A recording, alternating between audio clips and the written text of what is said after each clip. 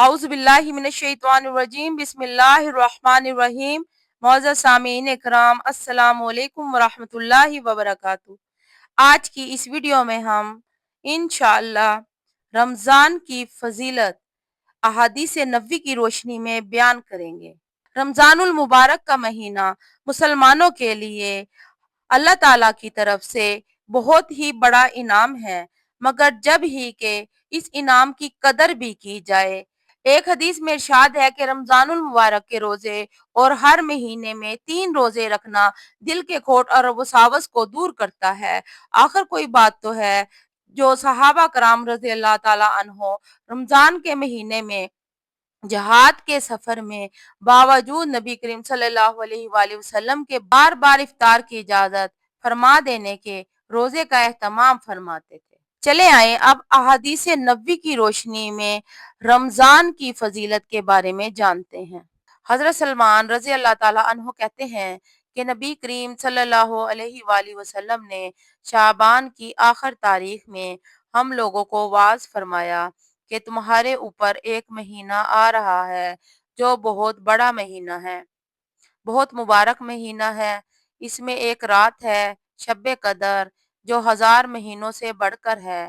اللہ تعالیٰ نے اس کے روزہ کو فرض فرمایا اور اس کے رات کے قیام یعنی تراویح کو ثواب کی چیز بنایا ہے۔ جو شخص اس مہینہ میں کسی نیکی کے ساتھ اللہ کا قرب حاصل کرے، ایسا ہے کہ جیسا کہ غیر رمضان میں فرض ادا کیا، اور جو شخص اس مہینہ میں کسی فرض کو ادا کرے وہ ایسا ہے جیسا کہ غیر رمضان میں 70 فرض ادا کیے۔ یہ مہینہ صبر کا ہے اور صبر کا بدلہ جنت ہے، اور یہ مہینہ لوگوں کے ساتھ غم خواری کرنے کا ہے۔ اس مہینہ میں مومن کا رزق بڑھا دیا جاتا ہے۔ جو شخص کسی روزہ دار کا روزہ افطار کرائے، اس کے لیے گناہوں کے معاف ہونے اور آگ سے خلاصی کا سبب ہوگا، اور روزہ دار کیے ثواب کی مانند اس کا ثواب ہوگا، مگر اس روزہ دار کے ثواب سے کچھ کم نہیں کیا جائے گا۔ صحابہ رضی اللہ عنہ نے عرض کیا، یا رسول اللہ، ہم میں سے ہر شخص تو اتنی وسعت نہیں رکھتا کہ وہ روزہ دار کو افطار کرائے۔ تو آپ صلی اللہ علیہ وآلہ وسلم نے فرمایا کہ پیٹ بھر کھلانے پر موقوف نہیں، یہ ثواب تو اللہ جل شانہ ایک کھجور سے کوئی افطار کرا دے، یا ایک گھونٹ پانی پلا دے، یا ایک گھونٹ لسی پلا دے، اس پر بھی مرحمت فرما دیتے ہیں۔ یہ ایسا مہینہ ہے کہ اس کا اول حصہ اللہ کی رحمت اور درمیانی حصہ مغفرت ہے، اور آخری حصہ آگ سے آزادی ہے۔ جو شخص اس مہینہ میں ہلکا کر دے اپنے غلام خادم کے بوجھ کو، حق تعالی شانہ اس کی مغفرت فرماتے ہیں اور آگ سے آزادی فرماتے ہیں۔ اور 4 چیزوں کی اس پر کثرت رکھا کرو، جن میں سے 2 چیزیں اللہ کی رضا کے واسطے، اور 2 چیزیں ایسی ہیں کہ جن سے تمہیں چارہ کار نہیں۔ پہلی 2 چیزیں جن سے تم اپنے رب کو راضی کرو وہ کلمہ طیبہ اور استغفار کی کثرت ہے، اور دوسری 2 چیزیں یہ ہیں کہ جنت کی طلب کرو تو آگ سے پناہ مانگو۔ جو شخص کسی روزہ دار کو پانی پلائے تو اللہ تعالیٰ قیامت کے دن میرے حوض سے اس کو پانی پلائیں گے، جس کے بعد جنت میں داخل ہونے تک پیاس نہیں لگے گی۔ ایک اور حدیث سے ہمیں رمضان کی فضیلت کے بارے میں پتہ چلتا ہے۔ حضرت کعب بن عجرہ رضی اللہ تعالیٰ عنہ کہتے ہیں کہ ایک مرتبہ نبی کریم صلی اللہ علیہ وآلہ وسلم نے ارشاد فرمایا کہ ممبر کے قریب ہو جاؤ۔ ہم لوگ حاضر ہو گئے۔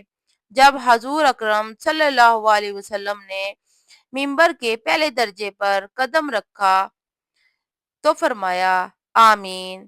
جب دوسرے پر قدم رکھا تو فرمایا آمین۔ جب تیسرے پر قدم رکھا تو پھر فرمایا آمین۔ جب آپ صلی اللہ علیہ وآلہ وسلم خطبہ سے فارغ ہو کر نیچے اترے تو عرض کیا کہ ہم نے آج آپ سے ممبر پر چڑھتے ہوئے ایسی بات سنی جو پہلے کبھی نہیں سنی تھی۔ آپ صلی اللہ علیہ وآلہ وسلم نے ارشاد فرمایا کہ اس وقت جبرائیل علیہ السلام میرے سامنے آئے تھے۔ جب پہلے درجہ پر میں نے قدم رکھا تو انہوں نے کہا کہ ہلاک ہو جائے وہ شخص جس نے رمضان کا مبارک مہینہ پایا پھر بھی اس کی مغفرت نہ ہوئی۔ میں نے کہا آمین۔ پھر جب میں دوسرے درجے پر چڑھا تو انہوں نے کہا کہ ہلاک ہو جائے وہ شخص جس کے سامنے آپ کا ذکر مبارک ہو اور وہ درود نہ بھیجے۔ میں نے کہا آمین۔ جب میں تیسرے درجے پر چڑھا تو انہوں نے کہا کہ ہلاک ہو وہ شخص جس کے سامنے اس کے والدین یا ان میں سے کوئی ایک بڑھاپے کو پاویں اور وہ اس کو جنت میں داخل نہ کرائیں۔ میں نے کہا آمین۔ ایک اور حدیث ہے جس میں رمضان کی فضیلت اس طریقے سے بیان کی گئی ہے۔ حضرت عبادہ رضی اللہ تعالیٰ عنہ کہتے ہیں کہ ایک مرتبہ حضور صلی اللہ علیہ وآلہ وسلم نے رمضان المبارک کے قریب ارشاد فرمایا کہ رمضان کا مہینہ آ گیا ہے جو بڑی برکت والا ہے۔ حق تعالی شانہ اس میں تمہاری طرف متوجہ ہوتے ہیں اور اپنی رحمت خاصہ نازل فرماتے ہیں، خطاؤں کو معاف کرتے ہیں، دعاؤں کو قبول کرتے ہیں، تمہارے تنافس کو دیکھتے ہیں اور ملائکہ سے فخر کرتے ہیں۔ بس اللہ کو اپنی نیکی دکھلاؤ۔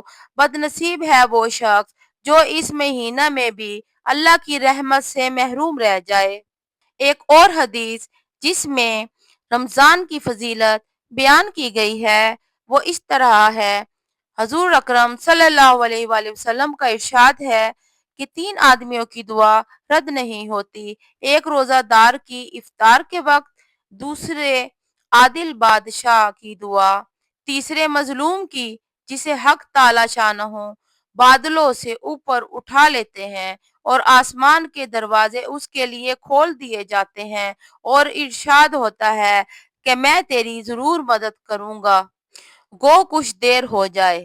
ایک اور حدیث میں حضور اکرم صلی اللہ علیہ وآلہ وسلم کا ارشاد ہے کہ بہت سے روزہ رکھنے والے ایسے ہیں کہ ان کو روزہ کے ثمرات میں بجوز بھوکا رہنے کے کچھ بھی حاصل نہیں، اور بہت سے شب بیدار ایسے ہیں کہ ان کو رات کے جاگنے کی مشقت کے سوا کچھ بھی نہ ملا۔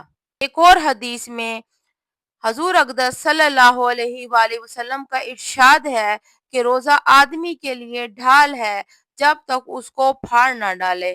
نبی پاک صلی اللہ علیہ وآلہ وسلم نے روزے کے بارے میں فرمایا، نبی کریم صلی اللہ علیہ وسلم کا ارشاد ہے، جو شخص بلا کسی شرعی عذر کے ایک دن بھی رمضان کے روزے کو افطار کر دے، غیر رمضان کا روزہ چاہے تمام عمر کے روزے رکھے، اس کا بدل نہیں ہو سکتا۔ اللہ تعالیٰ سب مسلمانوں کو عمل کی توفیق عطا فرمائے، آمین۔